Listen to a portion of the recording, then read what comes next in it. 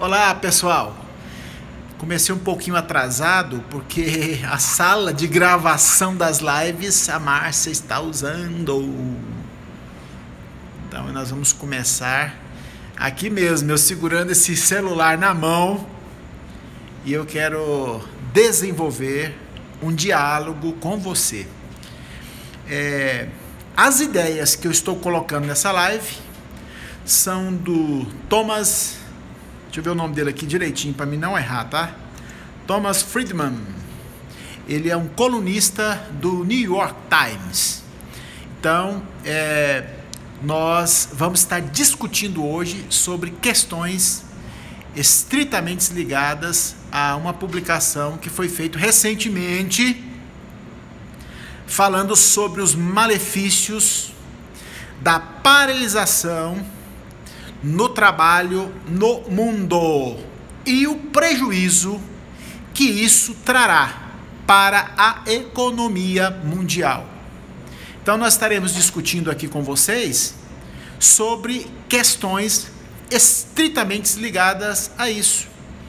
Como é que poderia haver uma solução, dando cuidado para aqueles que estão com o coronavírus, mas não paralisar a economia de forma como está, né? E eles preveem, por exemplo, que essa paralisação no máximo dure 15 dias, porque se ela se estender para 30, 60 e 90 dias, poucas empresas, aliás, não é só empresa, né, gente? Tem muitas pessoas que estão, mas a empresa, não, você quebrou a empresa, a população toda vai sofrer. A empresa, as grandes empresas, elas dão muito emprego.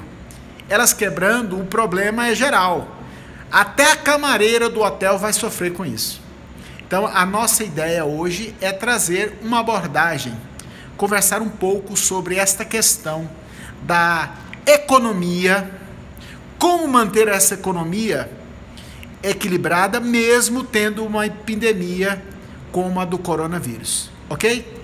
Bom, nós estamos vivendo uma época em que as pessoas, nós todos, cidadãos, estamos como passageiros, né? Nós estamos como passageiros. E quem está dirigindo o carro são os políticos. Toda essa paralisação, quem criou ela foi os políticos. Não foi a classe média, foi os políticos. É lógico que por embasamento e tal. Então, nós estamos no carro gritando de desespero em relação ao que está acontecendo. Enquanto isso, os políticos, com toda a competência que eles têm, eles estão decidindo o futuro do mundo. O futuro do mundo. Esse colunista, o Thomas Friedman, do New York Times, ele fala justamente sobre essa questão. Ele discute na sua coluna sobre como conciliar o desemprego com essa epidemia. Há estimativas, eu estou trazendo informações do Thomas Friedman, que é colunista do New York Times, não são palavras minhas, que essa epidemia vai atingir 1% da população. E se essa epidemia vai atingir 1% da população, 99% estão sofrendo por causa de 1%. Eu não estou fazendo juízo e nem julgamento em relação a essa opção, mas não parece muito com aquela situação de Golias, quando Golias estava desafiando o exército de Israel durante 40 dias. Olha, um exército inteiro parou por causa de um homem que ficava do outro lado do vale gritando: manda-me apenas um guerreiro. Todo o exército parou. General parou, comandante parou, capitão, major, o exército inteiro. O próprio rei parou. 40 dias ele ia lá cedo e voltava de noite. Ia cedo, até de noite. 40 dias. E os soldados amolando a faca, em função de um homem. Até que Davi foi lá e acabou com a festa. Então, a expectativa, tá, do Thomas Friedman, que perguntou para alguns cientistas, que 1% da população são população de risco. E ele coloca alguns pontos importantes, por exemplo, que se dê um tratamento específico para esse grupo de risco, sim, mas especificamente para esse grupo de risco. O problema que está acontecendo hoje é o seguinte: você está doente, deu uma dor de cabeça, você corre para o hospital agora? Ninguém quer ir para o hospital. Então vamos dar um exemplo para vocês. Uma pessoa que está sofrendo um infarto, uma dor no braço, uma dor no peito, ele fala, não, fica quietinho que vai ficar tudo bem. Antes corria para o hospital para salvar a pessoa. Tem muitas pessoas que estão morrendo no caminho para o hospital, porque atrasam tanto ir para o hospital, não querem ir para o hospital com medo de pegar o coronavírus. Com isso elas vão agravando mais o problema cardíaco, e quando é um derrame, elas estão no meio do caminho perecendo. Pessoas com câncer estão com medo de ter um diagnóstico de câncer e ser internado no hospital. Então, o medo que as pessoas estão criando de ir para o hospital, ele é mais agravante do que o próprio coronavírus. É claro que nós sabemos que as doenças de câncer, doenças, por exemplo, como gripe, estão matando muito mais do que o coronavírus. Qualquer um sabe disso. Mas o que acontece? O valor que está sendo dado para isso é tão grande que está parando a economia mundial. Já tem muitos gerentes, quem trabalha em banco sabe o que eu estou falando. Eu tenho amigos que são gerentes e alguns até diretores. Eles estão dizendo que o índice de falência em Goiânia já começou. Apenas uma semana. Então isso nos leva a pensar mais sobre essa questão. Parece, o próprio Thomas Friedman, ele diz o seguinte, que parece que é um gato doméstico que mordeu o elefante, e o elefante está desesperado por causa de um gato que está mordendo ele, e ele, então, por descuido, cai numa ribanceira. É mais ou menos isso. Um gato doméstico não consegue matar um elefante, mas por desespero, o elefante pode morrer caindo no precipício. É muito interessante isso que está acontecendo no Brasil e no mundo, gente. Não é só no Brasil, é no mundo. Quer dizer, aprender a conciliar a baixa na epidemia e o desemprego é fundamental. Parece que nós estamos dando tanto cuidado, parece que nós estamos dando tanta atenção para a epidemia, que estamos esquecendo que o desemprego é pior do que o coronavírus. Você imagina uma pessoa que está um mês sem trabalhar, de repente o patrão dele manda embora, não tem ninguém que vai dar emprego, ele não tem reserva de dinheiro, como é que ele vai se sustentar? Parece que nós temos que pensar mais sobre isso. Algumas universidades já decretaram para os alunos 30 dias sem ir na escola. Tá, mas a faculdade pode fazer isso, porque o aluno, tendo aula ou não, ele tem que pagar a mensalidade. Eu já fiz faculdade, sei como que é isso. Então a faculdade não vai sofrer por falta de pagamento, porque de todo jeito vai ter que entrar o dinheiro. O aluno que não paga, ele fica inadimplente, ele vai ter problemas. Então há essa consciência. Agora, o que acontece é que, em função disso, muitas pessoas estão parando.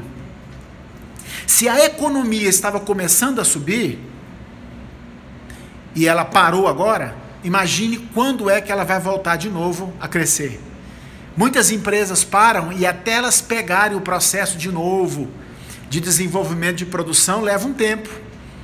Então é muito, muito perigoso o que se está fazendo com a nossa economia em função dessa epidemia do coronavírus. Complicado, gente, complicado. Olha, muitas pessoas, elas até ficam assim, mas eu creio que não vai durar. Eu espero que essas 2 semanas seja suficiente para isso, porque se não for, você vai ter notícia de coisas ruins, tá? Eu não estou falando aqui para alarmar ninguém, nem para colocar um pessimismo, estou falando com base naquilo que eu tenho visto. Eu não estou assistindo televisão, gente. Eu não acredito na TV, eu não acredito na mídia, não. Eu estou pesquisando em revista, eu estou pesquisando lá fora, informações, muitas vezes pela internet, muitas vezes por livros e revistas. Mas o que acontece em relação a isso? É que muitas pessoas, elas estão evitando de ir para o hospital. Eu tenho mesmo uma funcionária que ela está com dor de cabeça, pensa ela quer ir no hospital, não quer, está com medo de pegar, porque ela tem filhos, ela está com medo de pegar o coronavírus lá. Aí ela tá com dor de cabeça, e aí não trata dor de cabeça, aí não sabe nem o que é dor de cabeça, entendeu? Se fosse para você ir para o hospital agora, se você tivesse um problema, você queria ir? Não, só se fosse força maior, só se fosse uma coisa irremediável. Mas do contrário, ninguém quer passar por uma situação semelhante a essa. Muitas pessoas, elas estão esquecendo que doenças mentais acontecem em período de recessão. Se houver uma recessão, como alguns estão prevendo, vai ter muito mais doenças do que o coronavírus. Muito mais pessoas vão ficar desorientadas do que o coronavírus. Ok?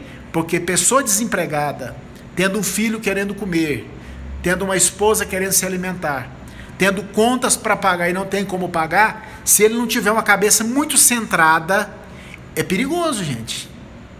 Então parece que nós não estamos muito, ou os políticos, né? Porque quem decide isso, os políticos, não estão decidindo muito, não estão pensando muito nessa questão. Existe um problema chamado coronavírus, e existe um problema muito maior do que o coronavírus, é o problema do desemprego, falta de recurso, falta de dinheiro. Isso é grave, muito, muito grave. Então, o que acontece em relação a isso? Nós precisamos ficar atentos, porque os maiores problemas mentais, eles surgem justamente numa grande recessão. Aí a coisa vai complicar. O que você pensa disso que eu estou falando? O que você acha disso que eu estou falando? Será que é um pensamento meu que está meio desregulado? Ou será que tem alguma questão que realmente vale a pena nós pensarmos? Que fica essa reflexão para nós. Como vai ser se esse pânico todo que está surgindo no mundo, não é só no Brasil, né? É o mundo todo. Se essa coisa se prolongar por mais 15 dias, um mês, como é que vai fazer? Fica essa reflexão. Se você quer comentar alguma coisa, comente aí, tá? Essa live vai ficar 24 horas no @Lindomar Rocha Psicólogo. Comente o que você acha dessa questão ligado especificamente desemprego versus coronavírus. Um grande abraço. Muito obrigado por você que participou. Deixa eu ler aqui as pessoas que participaram comigo. Daniela Rezende, Lorena Mourão, Thiago. Olha aí, Ana Lúcia, Kátia, Soraya. Olha, Deus possa abençoar e que vocês possam ser como Davi, guerreiros que não espera acontecer. Vá e faça, haja, busque ter informação, não para ficar desesperado, mas para tomar decisões que são importantes para garantir que você tenha sucesso em tudo quanto fizer. Pessoal, um grande abraço e até sexta-feira, se Deus quiser.